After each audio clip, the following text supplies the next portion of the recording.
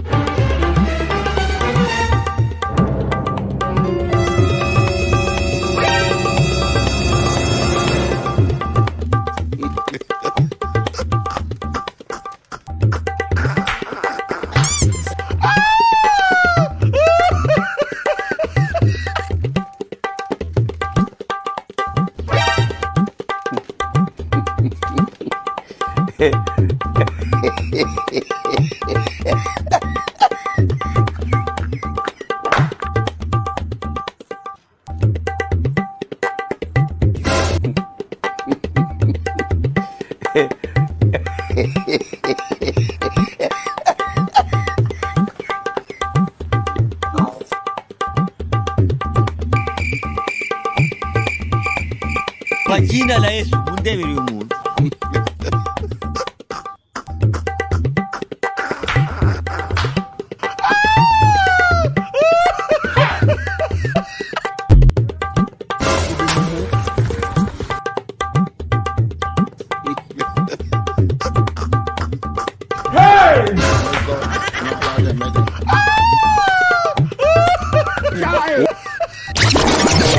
Oh my God.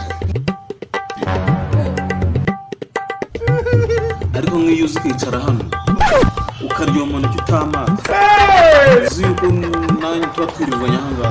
Ese ubu bumva nasoni biteye.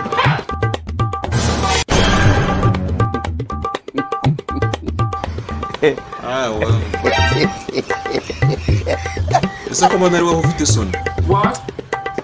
Ugiye mu bitabo kubw'inda yakunaniye ubonye neza ni umuneke ngiye kwirira ati reka nkuvumbe nyakuvumbe twe noza we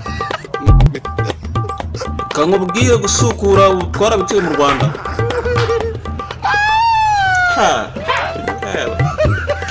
Ugize ngo.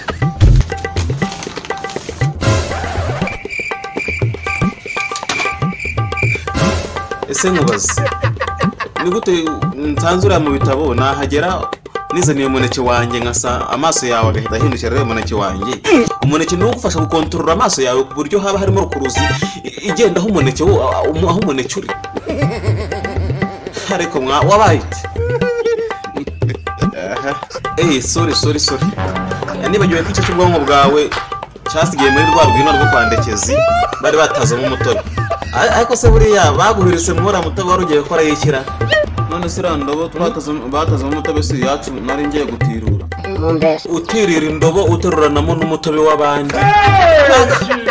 Cyakora iyo ntaza kuzaniye umuneke ntabwo nari gupfa kwibuka ahubwo ubwonko bwawe bwasigaye.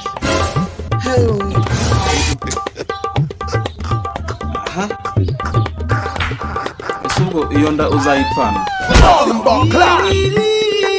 Nzapfanye gusigira. Ugize ngo. Oya, ako nzayitwara kuko wonye gusigiye. Wayijomba inshinge ibikwasi ibitana byaswera beto. Mae nkakibaye ikigoryi none. Wanayitaruka ukagera no mu muhanda ngo pi. Nzayitwara nakwimye ubundi uzayikoresha wihemura. Wibuka uburyo nakwimye. Iwacu nta muntu wigeze yiya. Ahubwo ufite ikibazo. Iwanyu bariyahuye se. We ninde wapfuye ni? Ubwo ndabona ari wowe ukeneye kuvuzwa. Kuko ndabona uwo si umutwe ahubwo ni igicuma kivamo amagambo atameshe. Icyo ni igicuma ntago ari umutwe. ikigoryi igisambo kibi urusambo rubi gusa ndarunanije izo nguramemye rero ndagusetse